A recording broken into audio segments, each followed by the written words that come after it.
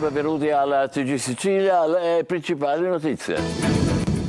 Ex Blutech di Termini Imerese, prevale lo scetticismo tra i lavoratori in assemblea stamane dopo l'assegnazione del progetto di rilancio all'imprenditore australiano, presidente del Catania, Pelligra. A Palermo nata J-Ready, azienda di supporto informatico alle start-up. Fondata da 2 giovani del capoluogo, dà lavoro ad altri ragazzi che non si rassegnano a lasciare la Sicilia in cerca di occupazione.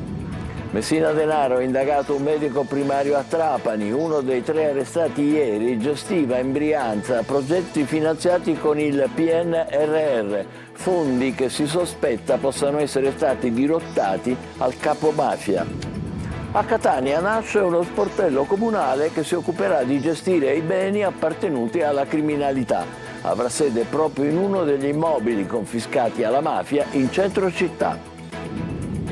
L'inchiesta del TG Sicilia sugli oliveti di Ragalna minacciati da piromani e incivili. Arrivano le ispezioni della Regione, prosegue la bonifica di strade e piazzole e le telecamere stanno per entrare in funzione.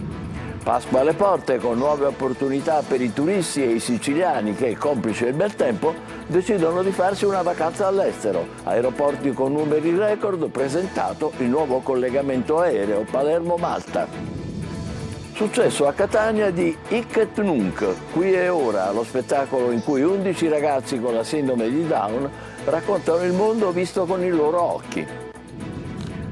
Calcio, sfida salvezza stasera per il Catania che al Massimino chiuso al pubblico ospita il Giuliano nell'anticipo di campionato. Zeoli sprona la squadra, serve positività, ma i tifosi rossazzurri sono in ansia.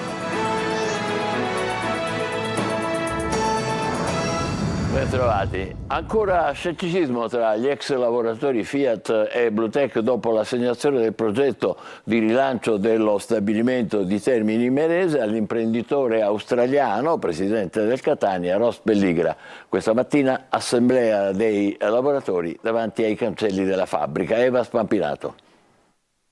Una riunione interlocutoria senza risoluzioni concrete, ma con la prospettiva di un nuovo punto di riferimento, ovvero Ross Pelligra, l'attuale presidente del Catania, che si è aggiudicato il bando per la cessione dello stabilimento di Termini Imerese. Tra gli ex lavoratori Fiat e Blutech che questa mattina hanno partecipato ad un'assemblea davanti ai cancelli della fabbrica c'è ancora scetticismo. Non c'è stata tutta la chiarezza che ci aspettavamo, la perplessità viene da quello.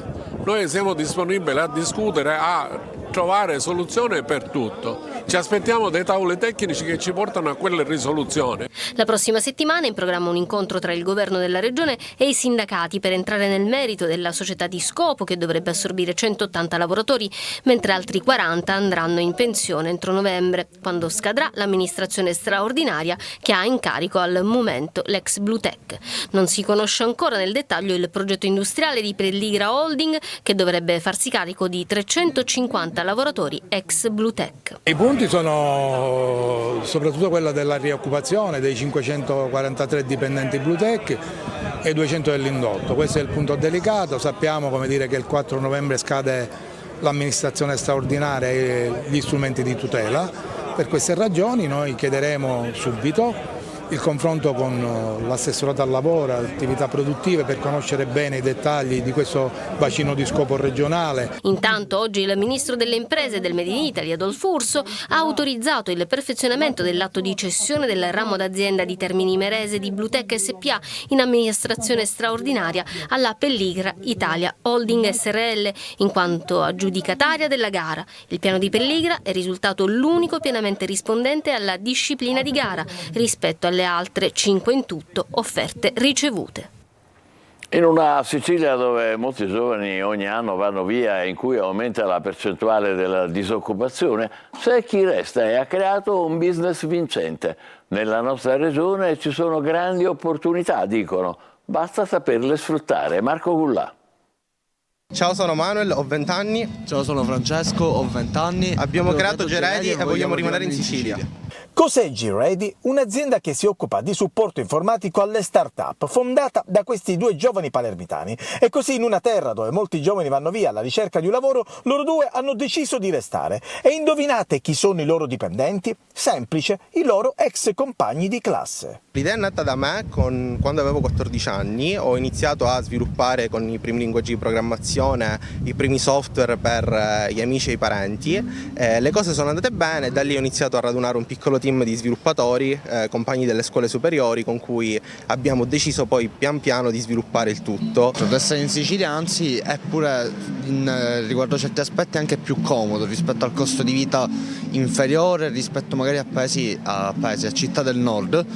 È molto più conveniente. All'età di 14 anni i due ventenni avevano già le idee chiare. Nel momento in cui appunto nei primi mesi, nei primi anni di studio ci siamo un attimo confrontati con amici e parenti per iniziare a sviluppare i primi software gestionali, i primi siti web, le prime applicazioni, con cui abbiamo avuto modo di poter capire che effettivamente il nostro lavoro era richiesto, era un qualcosa che potesse servire. E così nasce la loro azienda, che ha già un ottimo fatturato. Ai giovani che vogliono andare via cosa possiamo dire? Restate, cioè trovatevi l'opportunità, perché ci sono davvero molte opportunità. Trovate quello che vi piace fare e createci un business sopra se riuscite. Nuova luce sulla vastissima rete di coperture di cui ha goduto Messina Denaro nei 30 anni di latitanza. C'è anche un filone che porta ai fondi del PNRR in Brianza, indagato pure un oncologo di Trapani. Maglio Viola. Dal mondo bancario all'anagrafe, dalla sanità pubblica addirittura al mondo delle professioni. Quello delle collusioni, delle coperture, degli aiuti al boss latitante Matteo Messina Denaro è un pozzo senza fondo. Dopo gli arresti di ieri c'è un nuovo indagato per aver favorito il boss. Si tratta dell'oncologo trapanese Filippo Zerilli. Dopo che ieri era stato arrestato, fra gli altri, il tecnico radiologo dell'ospedale Mazzara del Vallo, Cosimo Leone, accusato di concorso esterno in associazione mafiosa per una TAC fatta scavalcando qualsiasi prenotazione o lista d'attesa. Fra gli arrestati di ieri anche l'architetto Massimo Gentile, trapanese trapiantato in Brianza, che gestiva decine di progetti finanziati con il PNRR, progetti che riguardavano scuole come infrastrutture, opere sulle quali si potrebbe aprire adesso un nuovo filone di indagini. Ma le ricostruzioni degli spostamenti del boss latitante parlano anche della facilità con la quale si presentava in banca con denaro contante e lo convertiva in assegni circolari per fare un acquisto senza che l'operazione più che sospetta fosse segnalata dalla banca. Analoga facilità per ottenere una carta d'identità falsa o qualsivoglia documento. E lui se la rideva di tutto di tutti, tanto da aver intessuto una nuova relazione. Spunta infatti una nuova giovane donna che il boss avrebbe frequentato nell'ultimo periodo della sua latitanza. La donna si è presentata spontaneamente a luglio scorso in procura, ha raccontato di aver conosciuto il boss nel 2015 ma di non avere idea di chi fosse, ed è stata lei a parlare della moto enduro con la quale girava, che era stata acquistata per lui proprio da Gentile nel 2007. A Catania nasce uno sportello comunale che si occuperà di gestire i beni appartenuti alla criminalità. Avrà sede proprio in uno degli immobili confiscati alla mafia. Questa è una delle novità contenute nel regolamento approvato in Consiglio Comunale. Simona Mazzone. Un grande risultato, una grande vittoria. Da domani sarà più facile avere consegnato i beni confiscati, da domani sarà più difficile per la mafia mantenerli con occupazioni e quant'altro. Una ventata di legalità contro la mafia a Catania con l'approvazione all'unanimità in Consiglio Comunale del nuovo regolamento per l'affidamento dei beni confiscati alla criminalità organizzata. L'ultimo era stato approvato 10 anni fa. Qui ci troviamo in via Monte Sant'Agata al Civico 6, sede degli uffici comunali patrimonio e traffico urbano, e al terzo piano un immobile appartenuto alla famiglia Ercolano Santa Paola, confiscato nel 95. Abbandonato fino adesso, finalmente in ristrutturazione tramite fondi che erano del PNRR, e che diventerà, anche grazie al nuovo regolamento per i beni confiscati, lo sportello aperto alla cittadinanza per gestire in maniera democratica i beni confiscati alla mafia della città, dove tutte le associazioni potranno venire e rivolgersi per aver affidato un bene confiscato. Oltre alla nascita dello sportello, il regolamento ha stabilito la costituzione di un osservatorio permanente, le linee guida per la destinazione dei beni confiscati e la possibilità di assegnarli a società, enti e aziende speciali sociali, a comunità, anche giovanili e ad associazioni. I beni confiscati verranno utilizzati come case per chi è senza tetto, un regolamento che apre alla gestione dei beni mobili, quindi autovetture, automezzi che potranno essere utilizzati sia dal comune che poi dalle associazioni. A Catania gli immobili confiscati sono 242, di cui circa 100 destinati alla gestione del comune.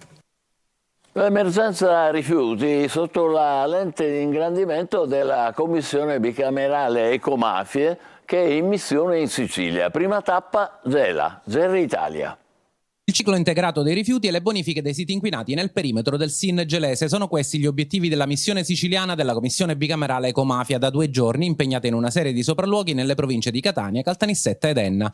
Prima tappa la piattaforma integrata di Timpazzo, una delle discariche più importanti di tutta l'isola. La Commissione ha approfondito il progetto di ampliamento delle 2 nuove vasche, che però si trova davanti i vincoli ambientali della zona. Proprio il presidente Jacopo Morrone ha sottolineato l'esigenza di approfondimenti pure nelle aree limitrofe. Ci sono sicuramente delle osservazioni che potremo fare nel perimetro, quindi nel circondario, per capire se è stata fatta un'analisi anche dei posti, se i campi coltivati, gli allevamenti, se ci dovesse essere problemi o meno. C'è un'altra zona che è ancora in attività, di cui chiediamo che naturalmente sia attenzionata e sia verificata perché siano fatte le operazioni in maniera corretta per garantire la salute ai cittadini. Successivamente i parlamentari si sono spostati nelle aree SIN che hanno risentito maggiormente dell'impatto industriale. Il nodo fondamentale rimane quello delle bonifiche, le cui percentuali sono ancora troppo basse. Dal 2018 c'è stato un cambio di passo e ora il sito di Gela negli ultimi anni ha accelerato, anche se molto è ancora da fare.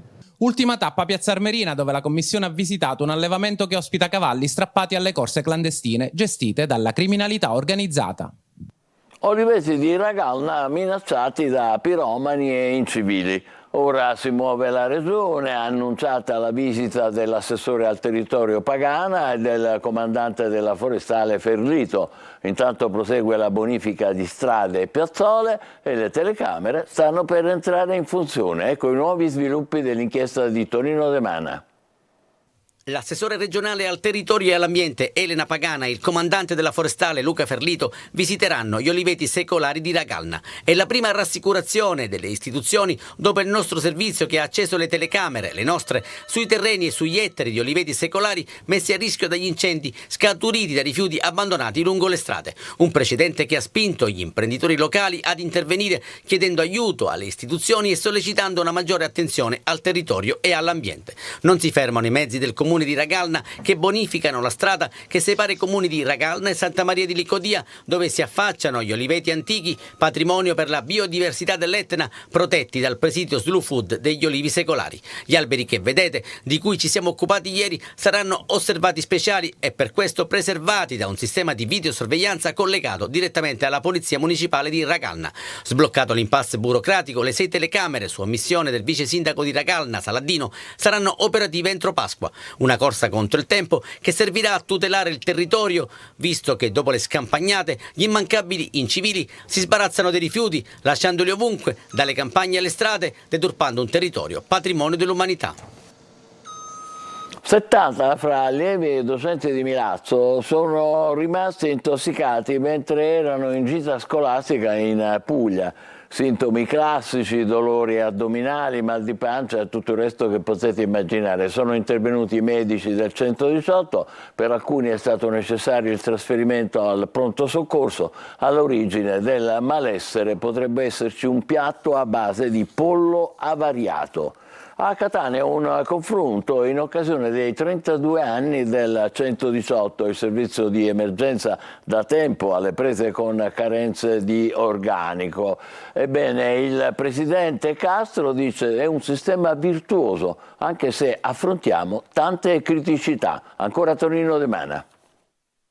Una storia lunga 32 anni fatta di emergenze perché loro vivono di emergenze, specie dall'istituzione del servizio di emergenza urgenza 118. Un sistema nato e pensato per ridurre le morti evitabili e le disabilità legate a incidenti o condizioni patologiche improvvise, rispondendo con una complessa flotta di mezzi diversificati per tipologia di assistenza e coordinati da una centrale operativa, oggi affidata al numero unico di emergenza 112. È il convegno dal tema prospettive del sistema emergenziale organizzato al Palazzo della Cultura di di Catania ha rappresentato un'occasione di confronto anche con operatori specializzati di altre regioni per cercare di migliorare e garantire il più possibile un'assistenza immediata.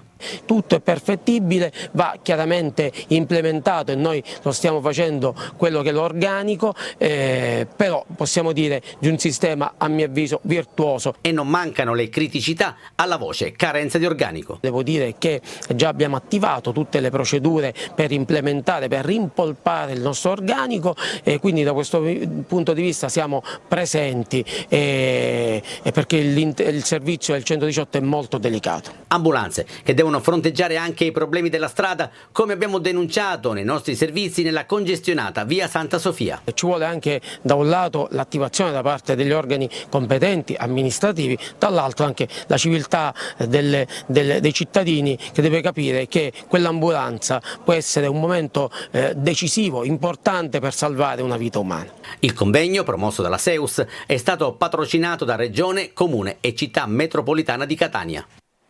A Messina 3 egiziani minorenni, ospiti di un centro di accoglienza, sono stati fermati perché ritenuti responsabili dell'aggressione a un altro giovane in pieno centro. Francesco Triolo.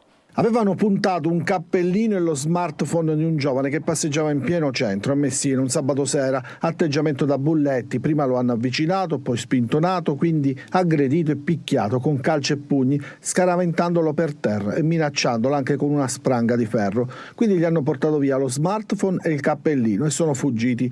Il giovane ha sporto denunce alla vicina stazione Carabinieri fornendo la loro descrizione. Grazie anche alle immagini delle telecamere di sorveglianza, i carabinieri li hanno identificati in poche ore. Si tratta di 3 egiziani minorenni, tutti di 17 anni, ospiti attualmente in un centro di accoglienza per minori di Messina. I giovani, seppure tutti incensurati, erano già conosciuti ai militari dell'Arma perché frequentatori di piazza Cheroli e piuttosto noti negli ambienti giovanili per i loro atteggiamenti appunto da bulletti. Le accuse per loro sono di rapina aggravata e lesioni personali. A firmare il provvedimento del GIP del Tribunale dei minorenni, i carabinieri hanno recuperato lo smartphone del ragazzino e i 3 sono stati rinchiusi in un centro di prima accoglienza per minori. La Guardia Costiera di Catania ha eseguito il fermo amministrativo di una nave che batte bandiera di Panama per gravi deficienze e numerose irregolarità rispetto alle normative che regolano la sicurezza della navigazione, la protezione dell'ambiente marino e le condizioni di lavoro dell'equipaggio. La nave, ormeggiata nella banchina del molo di Mezzogiorno del porto di Catania, la state vedendo, rimarrà in stato di fermo sino a quando non saranno adottate tutte le misure correttive necessarie. Pasqua alle porte, la Sicilia è sempre più attrazione di turisti, ma intanto tanti siciliani avranno sempre più collegamenti aerei verso altre destinazioni. Presentato infatti il nuovo collegamento Palermo-Malta. Marco Gullà. C'è chi arriva e chi va. In un periodo di grandi numeri per gli aeroporti siciliani, un nuovo aereo volerà da Palermo verso Malta. In un'ora circa si potrà raggiungere l'isola. Dal 24 aprile abbiamo questa possibilità, anzi i cittadini della provincia di Palermo e non solo avranno la possibilità di partire dal Falcone Borsellino per Malta. Gli operativi saranno già dal 24 aprile, saremo operativi, quindi 24 aprile, 28 aprile, per poi passare da maggio in poi ogni giovedì e domenica. Il flusso turistico in Sicilia va in direzioni diverse. Se da un lato ci sono tantissimi turisti che per le vacanze di Pasqua raggiungeranno la nostra isola per trascorrere giorni di relax tra mare e cultura, molti siciliani invece viaggeranno verso altre città, in prevalenza Madrid, Barcellona e Parigi, ma anche città italiane come Roma e Firenze. La domanda che sorge spontanea è: il meteo per Pasqua e Pasquetta come sarà? Per chi resterà in Sicilia vi diamo buone notizie. Le temperature saranno primaverili e quindi potete serenamente programmare gite fuori porta e grigliate. Ottimo dunque. Successo a Catania di Hic et Nunc, qui e ora, lo spettacolo in cui 11 ragazzi con la sindrome di Down raccontano il mondo visto attraverso i loro occhi. Eva Spampinato. Uno spettacolo semplice ma coraggioso che esorta a fermarsi un attimo e riflettere su cosa si può fare per vivere al meglio il nostro tempo.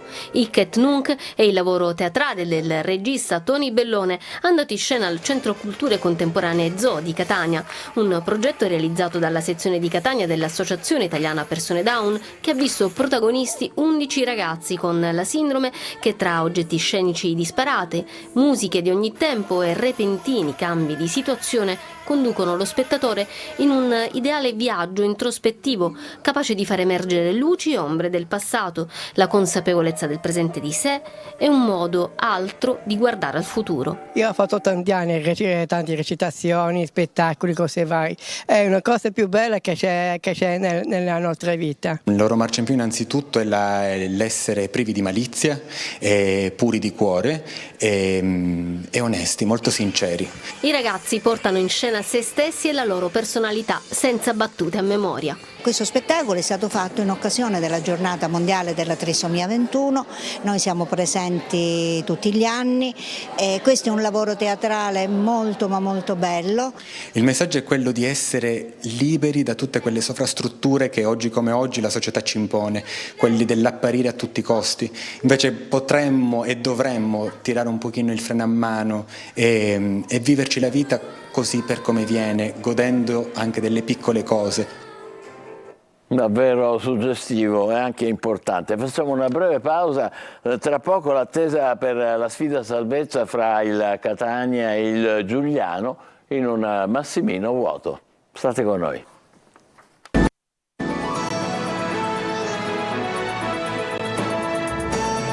Eccoci insieme con il calcio, stasera alle 20:45 l'anticipo del torneo DC che vedrà il Catania opposto al Giuliano. Si gioca al Massimino ma senza pubblico. Zeoli sprona la squadra, serve positività. Francesco Triolo. Sappiamo l'importanza di questa partita e abbiamo già buttato alle spalle la sconfitta di Torre del Greco e sappiamo quanto sia importante ottenere un risultato positivo contro una squadra che sta facendo bene. Le parole di Michele Zeoli hanno messo definitivamente in archivio la sconfitta di Torre del Greco. Il Catania adesso deve concentrarsi sul prossimo avversario, sulla sfida di questa sera al Massimino contro il Giuliano, formazione in piena zona playoff, 3 vittorie nelle ultime 5 gare e sconfitta solo dalla vice capolista Benevento. I campani arriveranno a Catania con la mente libera, consapevoli già di aver fatto un campionato strepitoso rispetto agli obiettivi iniziali. Zeoli ha chiesto positività alla sua squadra. I giorni successivi la gara contro la Turis non sono stati semplici, la squadra è andata in ritiro per ritrovarsi e ritrovare quella compattezza di gruppo fondamentale in queste situazioni. Il Catania costruito per le zone alte adesso dovrà giocarsela centimetro su centimetro per evitare i play-out e vanificare il percorso di Coppa Italia.